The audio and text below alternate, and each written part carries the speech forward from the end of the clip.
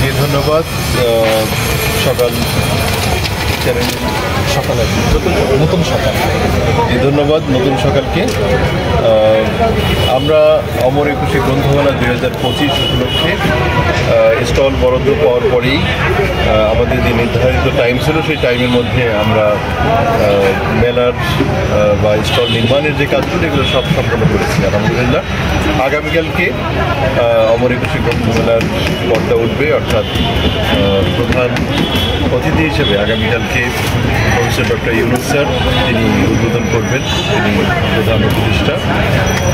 আমি জানি যে তার মাধ্যমেই আগামীকালকে যে সংগঠিত হতে যাচ্ছে সেখানে দেশবরণের কবি, সাহিত্যিক, লেখক সকলেই থাকবে এবং সেই সাথে আমরা যারা প্রকাশক রয়েছে সবাই থাকবে। তো আমরা এবার প্রায় 50টি বই প্রকাশ করতে সক্ষম হয়েছি। বেশ কয়েকটি বই এখনও আসেনি হাতে, 2-4 দিনের মধ্যে চলে আসবে। তা আমার হাতে যে বইগুলো দেখছেন এখানে এগুলো আমার লেখা 3 বুথের কাণ্ড। আমি বলে নিই, সেটা হচ্ছে যে শিশুদের উপরে যে লেখাগুলো, শিশুতোষ গ্রন্থগুলো আমি চেষ্টা করি বেশি লেখার, কারণ আমাদের শিশু সাহিত্যিক যেমন বাংলাদেশে অনেক কম রয়েছে, প্লাস হলো শিশুদেরকে যদি আমরা গড়তে চাই তাহলে তাদের মেধা মনন বিকাশের জন্য তাদের উপযোগী করে কিছু গ্রন্থ প্রয়োজন। তো এখানে আমি যে গ্রন্থটা দেখাচ্ছি এটা হলো ছোটদের নজরুল, আমাদের জাতীয় কবি কাজী নজরুল ইসলামের জীবনী সম্পর্কে লেখা। পাশাপাশি 3 ভূতের কাণ্ড, যদিও নাম 3 ভূতের কাণ্ড, কিন্তু এখানে ভূত বিষয়ক লেখা উল্লেখ করার মতো নেই, বা এখানে যা আছে তার মধ্যে আমরা বোঝানোর চেষ্টা করেছি যে ভূত বলতে আসলে কিছু নেই। এখানে আছে ডাকাত মামা। তো এখানে প্রত্যেকটা গল্পই হচ্ছে শিক্ষামূলক, প্রত্যেকটা গল্প পড়ে আমাদের সন্তানেরা কিছু না কিছু মেসেজ পাবে। এবারে বইমেলায় নতুন কোনো আয়োজন আছে, যেরকম এবারে সরকার দীর্ঘদিন পর নতুন একটা সরকার, প্রকাশনার নতুন কোনো আয়োজন আছে?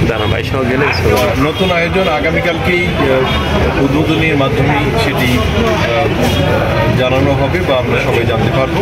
তবে আমরা স্টল বরাদ্দ থেকে শুরু করে বর্তমান সময়ে যে কাজগুলো সেগুলো দেখতে পাচ্ছি খুব সুচারুভাবে হচ্ছে।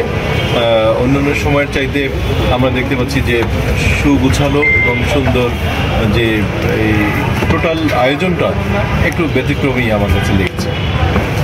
আমরা বর্তমান নতুন প্রজন্ম তরুণদের দেখতে পাচ্ছি যে তারা বই থেকে নতুনদের এই বিষয়টা আমাকেও খুব ভাবিয়ে তোলে, কারণ আমি নিজে যেহেতু একজন লেখক সেই সাথে প্রকাশক, তো বই লিখলাম কষ্ট করে, প্রকাশক হিসেবে বই প্রকাশ করলাম, কিন্তু পাঠক এই পাঠকের এই বিষয়টিকে আমি খুব সিরিয়াসলি দেখছি।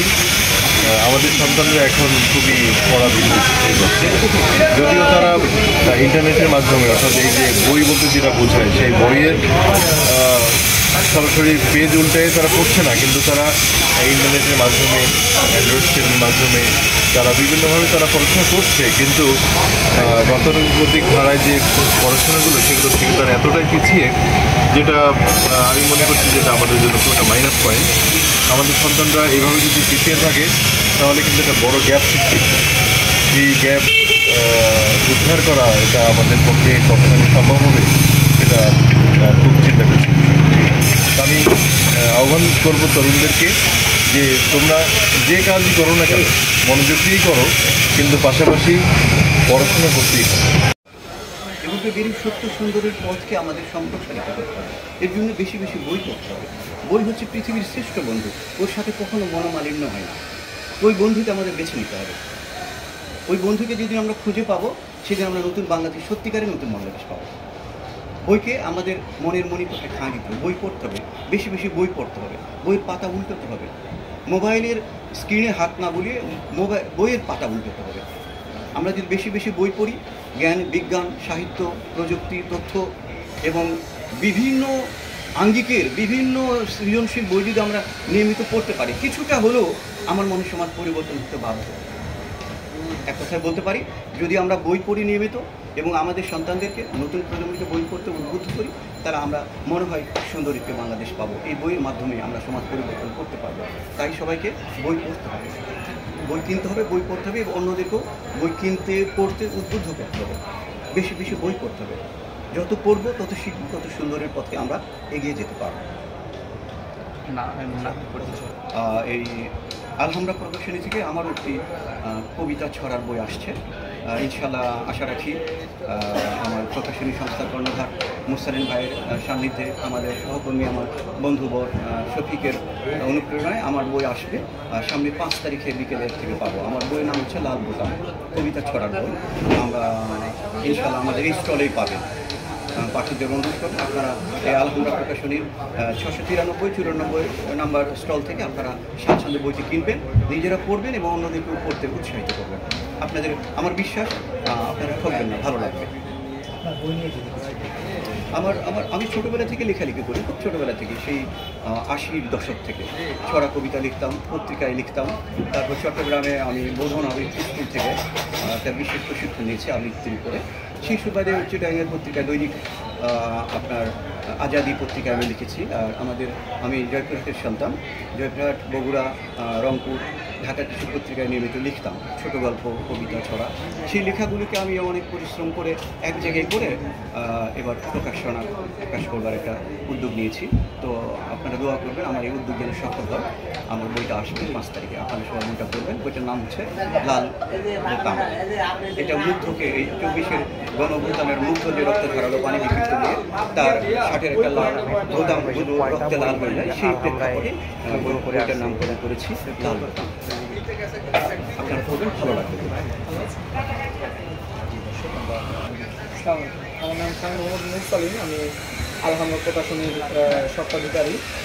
তো এবারের বইমেলাটা অন্যান্য বারের তুলনায় ডিফারেন্ট, কারণ হচ্ছে যে 24-এর গণ আন্দোলন।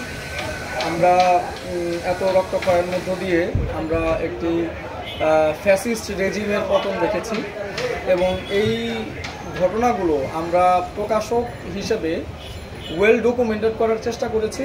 কী কারণে এই আন্দোলনটা হয়েছে, কী কারণে সর্বব্যাপী এই জনসাধারণের অংশগ্রহণটা ঘটেছিল, এবং এই আমাদের যে ইয়ং জেনারেশন আছে তাদের অ্যাসপিরেশনগুলো আসলে কী, তারা আসলে কী চায়, সেই দিকটাকে লক্ষ্য রেখে আসলে এবার আমরা ভিন্ন মাত্রার এই বই বের করার চেষ্টা করেছি।